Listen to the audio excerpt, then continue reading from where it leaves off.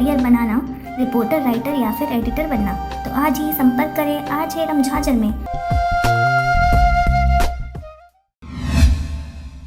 नमस्कार, स्वागत है आपका आरजे रमझाझर में और मैं हूं रीना चतुर्वेदी। प्रवासी श्रमिकों को बिना किसी भेदभाव के रोजगार उपलब्ध कराने के लिए कलेक्टर भीम सिंह ने दिए निर्देश। देखिए पूरा मामला।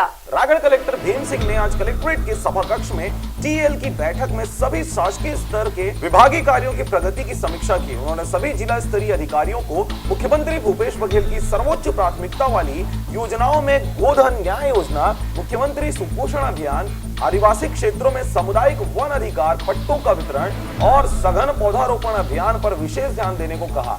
उन्होंने केंद्र और राज्य शासन द्वारा किसानों के लिए संचालित योजनाओं का 100% किसानों को लाभ दिलाने के निर्देश दिए और किसानों के पंजीकरण में पटवारी तथा आरआई को संयुक्त रूप से रिकॉर्ड का मिलान कर किसानों की जानकारी दर्ज करने हेतु निर्देशित किया।